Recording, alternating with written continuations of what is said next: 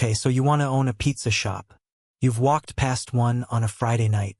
Neon open sign glowing in the window. Kitchen visible through the counter. Pizza spinner tossing dough in the air. Ovens glowing at 550 degrees. Phones ringing every few minutes. Delivery drivers heading out with insulated bags. The smell pulling people off the sidewalk.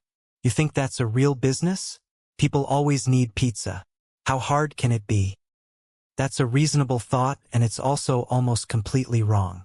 The gap between what a pizza shop looks like at 7 p.m. on a Saturday and what it actually costs to run from the moment you unlock the doors is one of the most quietly brutal gaps in all of food service. Pizza shops close all the time, not because they ran out of customers, but because they ran out of margin while the ovens were still running. Today, we're going to walk through exactly why that happens. Every dollar that comes in, every dollar that disappears before the owner ever sees it, and what the ones who actually make money are doing differently. Let's start with the first thing everyone gets wrong. A pizza shop with constant phone orders is not necessarily a pizza shop that is profitable. Those are two completely separate facts.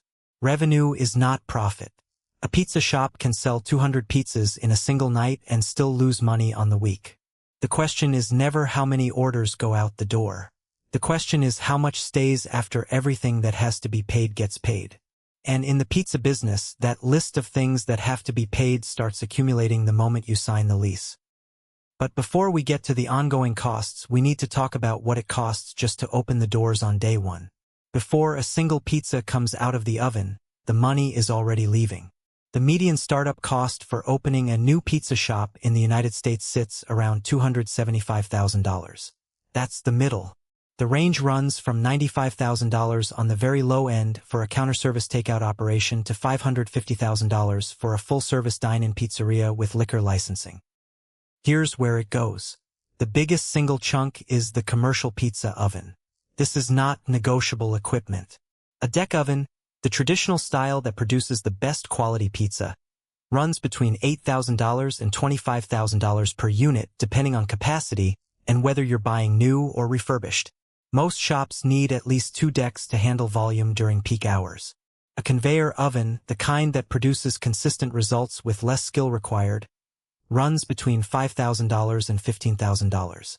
High-end wood-fired or coal-fired ovens for specialty operations start at $20,000 and can reach $80,000 for imported Italian models. Beyond the oven, you need commercial refrigeration.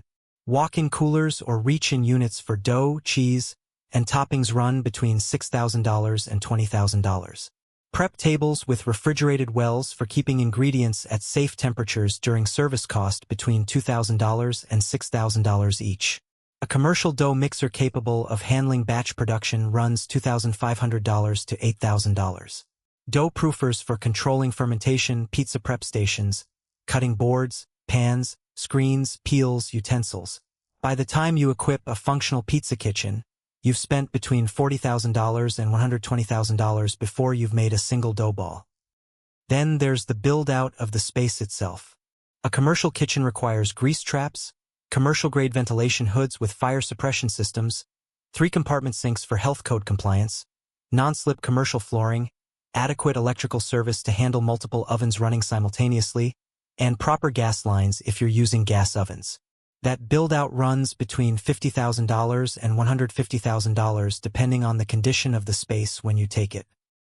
If you're opening a dine-in operation, add another $30,000 to $80,000 for dining room furniture, booths, tables, chairs, point-of-sale systems, televisions, decor, and lighting.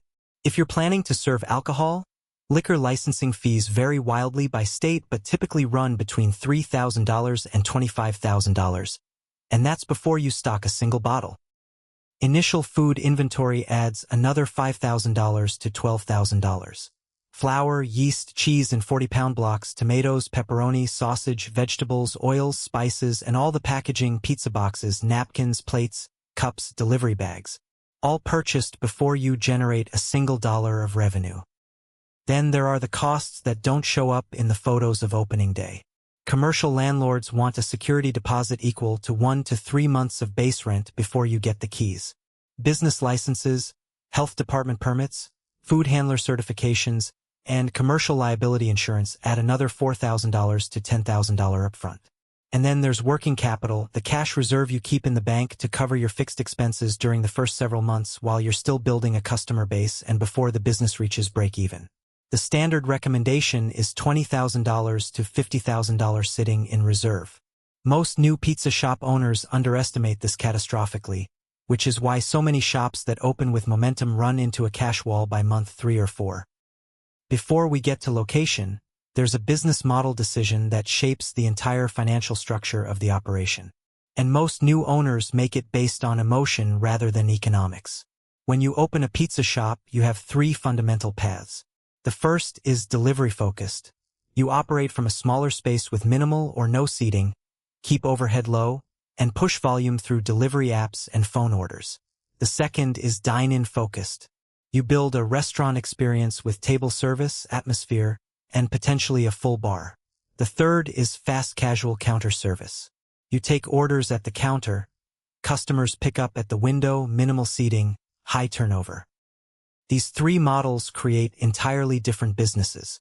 Under delivery-focused, your revenue per order is lower because delivery app fees eat 15 to 30% of every order that comes through third-party platforms.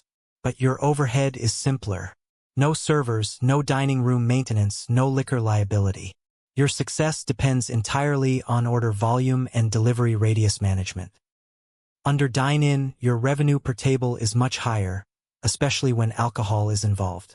A table of 4 ordering pizzas, appetizers, drinks, and dessert can generate $80 to $150 in a single check.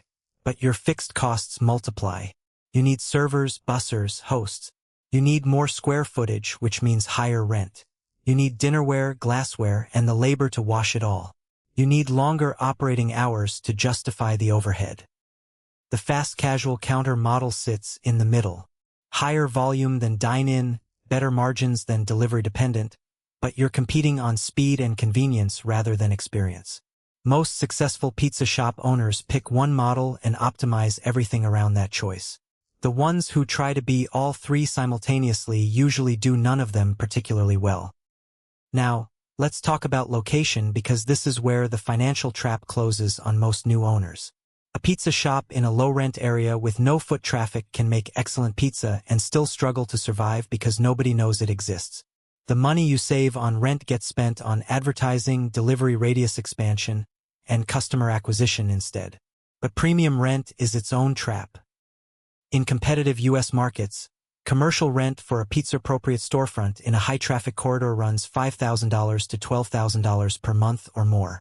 And that's before you add common area maintenance charges, property taxes, and insurance pass-throughs. The true cost of occupying the space is often 15 to 20% higher than the base rent line. That rent figure is fixed. It does not go down when it rains. It does not go down during a slow week. It does not care how many pizzas you sold. Every month, that number is due regardless of what the sales looked like. The cost of running a pizza shop every single day starts long before the first order comes in. Let's build out what a typical month actually looks like financially for a mid-sized pizza shop in a competitive U.S. market. Say a delivery and counter service operation generating around $45,000 a month in gross sales. The first and largest cost is labor. Pizza shops are labor-intensive operations.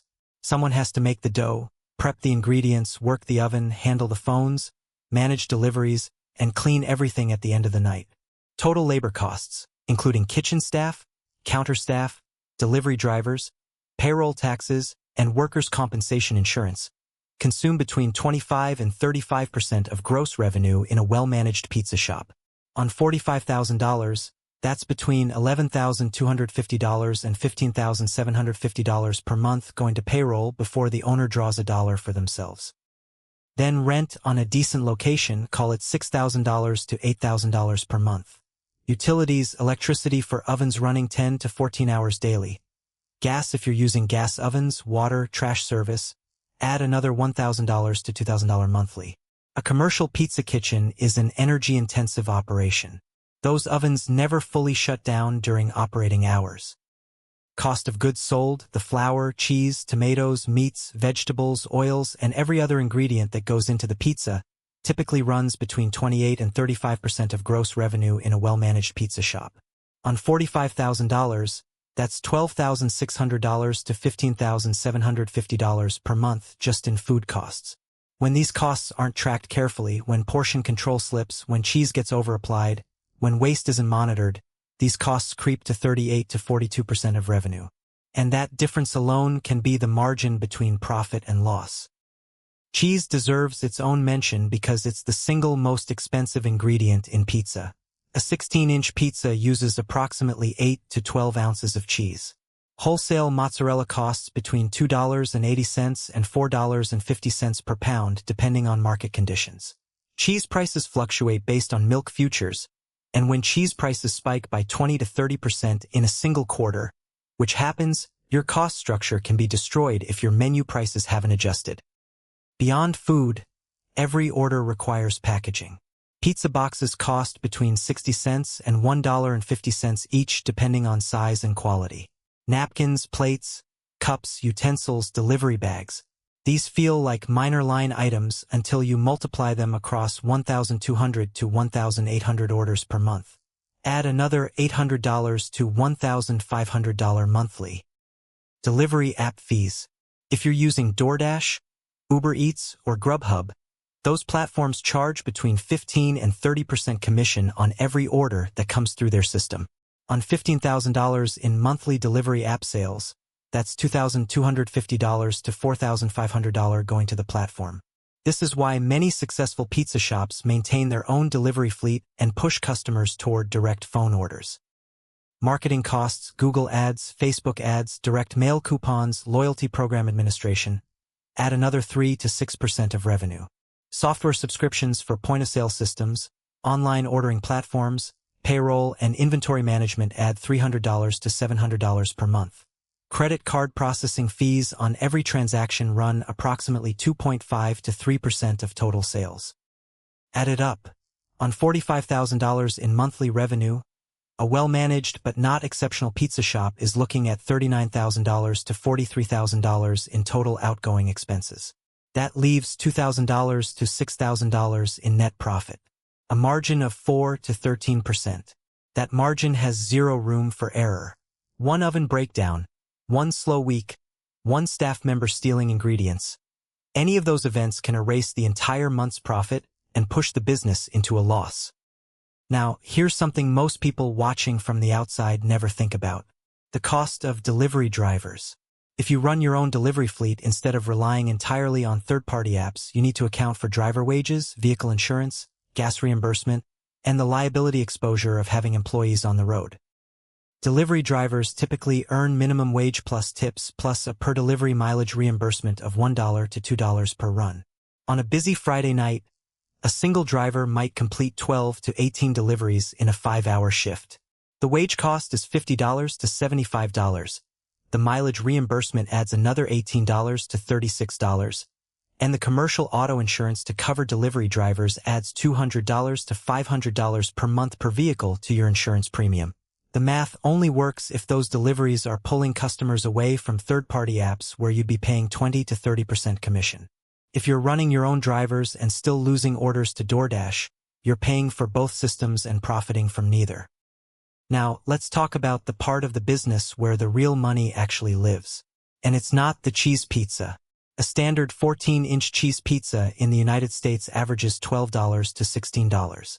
The food cost for that pizza, dough, sauce, cheese, runs about $2.50 to $4.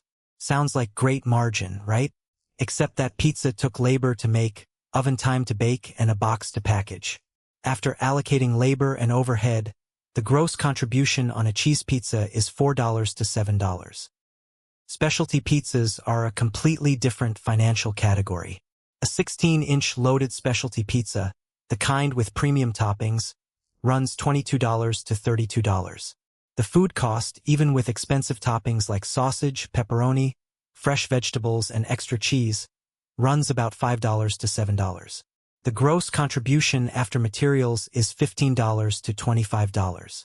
So you're looking at a product that generates 2 to 3 times the gross contribution of a basic cheese pizza in the same amount of oven time.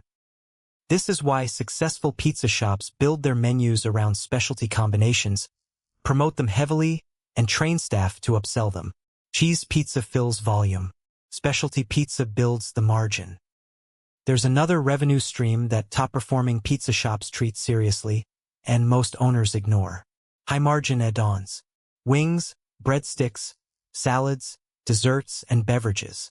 The food cost on an order of wings is $3 to $5.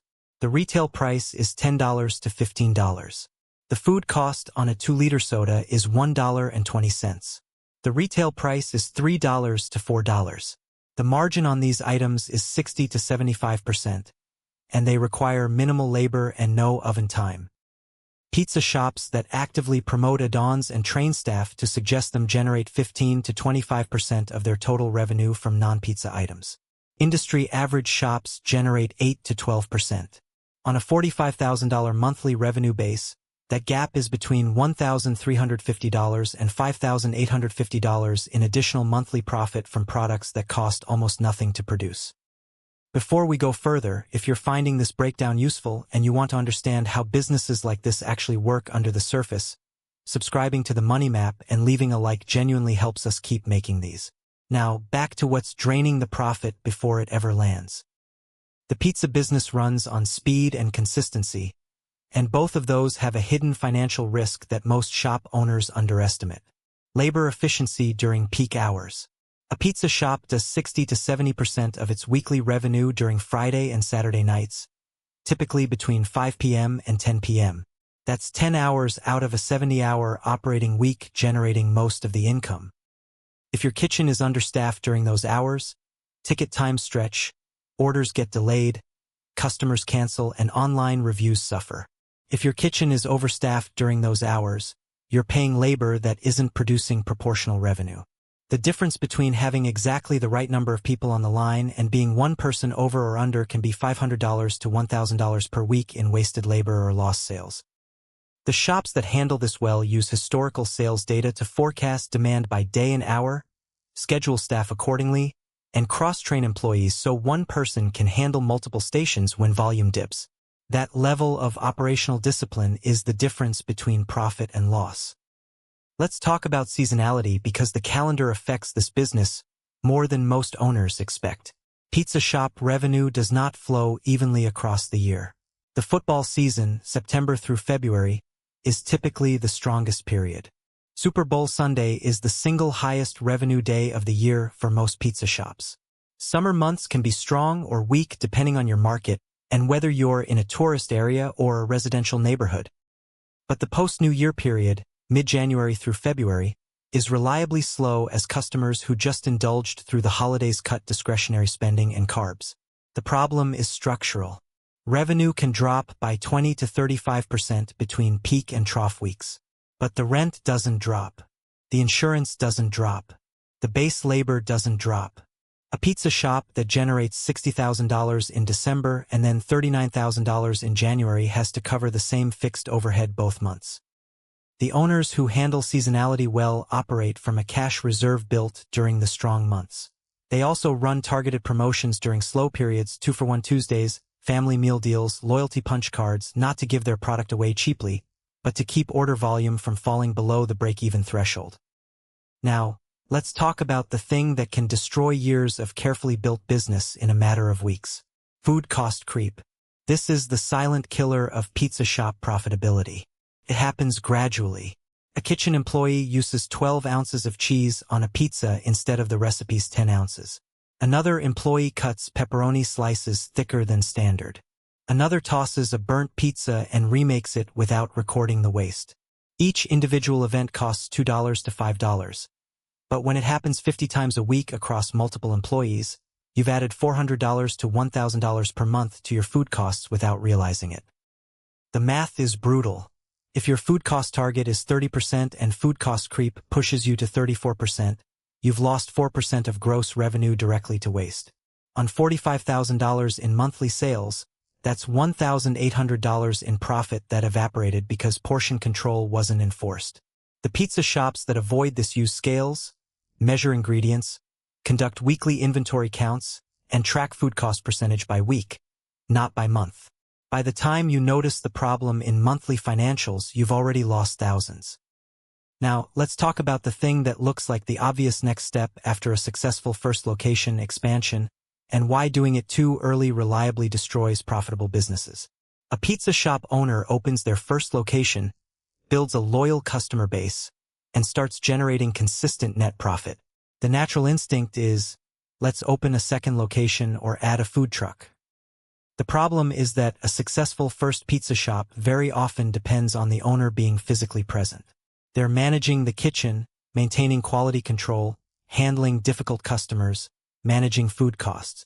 When that owner splits their time to launch a second location, quality at the first location starts to decline. The kitchen manager who's been there since day one starts cutting corners. Food costs start creeping up. Customer complaints increase. Cash from the first location gets redirected to fund early operating losses at the second site. If the first location then hits a slow period, the entire operation can become financially distressed simultaneously. The owners who expand successfully do it after they've removed themselves from day-to-day operations at the first location, hired a capable general manager, and documented every recipe and procedure in writing. After the first location has produced 6 to 12 months of clean net profit without the owner on the line, that's a much higher bar than most people clear before they sign a second lease. Let's zoom out and look at where this all lands financially.